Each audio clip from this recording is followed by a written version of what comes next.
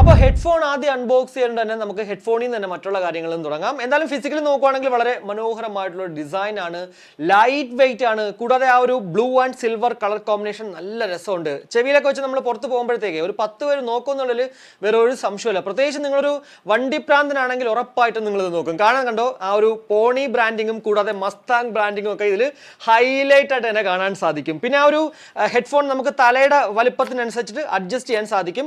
പൊതുവെ ഹെഡ്ഫോണുകളിൽ ഈ ഒരു ഭാഗം ഉണ്ടല്ലോ, നമ്മൾ ഈ എക്സ്പാൻഡ് ചെയ്യുന്ന സ്ഥലത്തുള്ള ഭാഗം പ്ലാസ്റ്റിക് മെറ്റീരിയൽ കൊണ്ടായിരിക്കും നിർമ്മിച്ചിരിക്കുന്നത്. പക്ഷേ ഇവിടേക്ക് വരുമ്പോഴത്തേക്ക് അത് മെറ്റലാണ്. സോ ആ ഒരു മെറ്റൽ റോഡ് ആയതുകൊണ്ട് തന്നെ പെട്ടെന്ന് പൊട്ടിപ്പോകാനായിട്ട് ചാൻസ് വളരെ കുറവാണ്. പൊതുവെ കൂട്ടുകാരൊക്കെ പറയുന്നൊരു കാര്യമാണ്, ബ്രോ ഈ ഒരു എക്സ്പാൻഡ് ചെയ്യുന്ന ഭാഗം പൊട്ടിപ്പോയി, ഇനി എന്തെങ്കിലും വഴിയുണ്ടോ വാറണ്ടി ക്ലെയിം ചെയ്യാൻ എന്നുള്ളത്.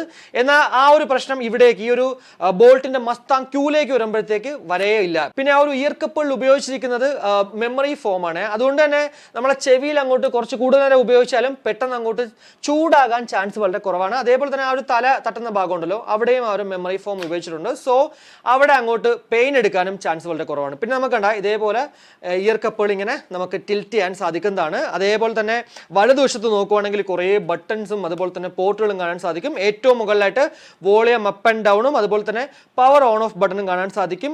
ആക്ച്വലി ഈ ഒരു പവർ ഓൺ ഓഫ് ബട്ടണിൽ തന്നെ നമുക്ക് പ്ലേ ആൻഡ് പോസും ഒക്കെ ചെയ്യാൻ പറ്റും.